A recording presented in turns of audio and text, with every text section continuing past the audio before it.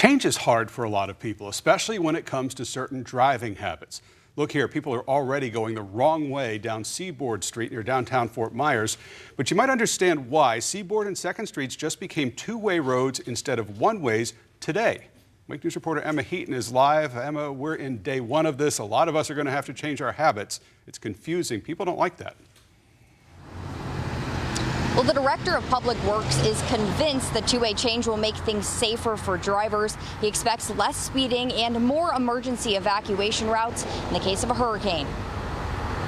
What we see here along 2nd Street in Fort Myers is years in the making. The city's director of Public Works told me that's when they started talking about changing most roads in the downtown River District from one-way to two-way.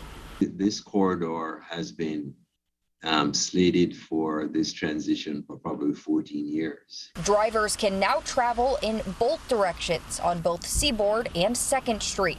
The conversion of Palm Beach and 1st Street will happen next week.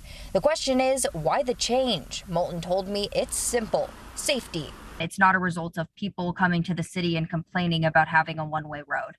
We know that there are benefits based on the transportation protocols that we are aware of, that it makes it safer. Moulton wouldn't say if drivers push the city to make the change, so I asked some of them myself. Do you think any changes need to be made?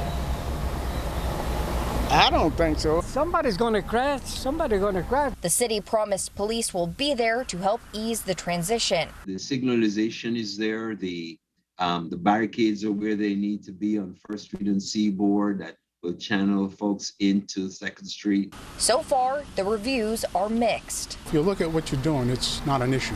Well, I seen the sign, but I didn't know they had changed it because the last time I came down, it was still one way.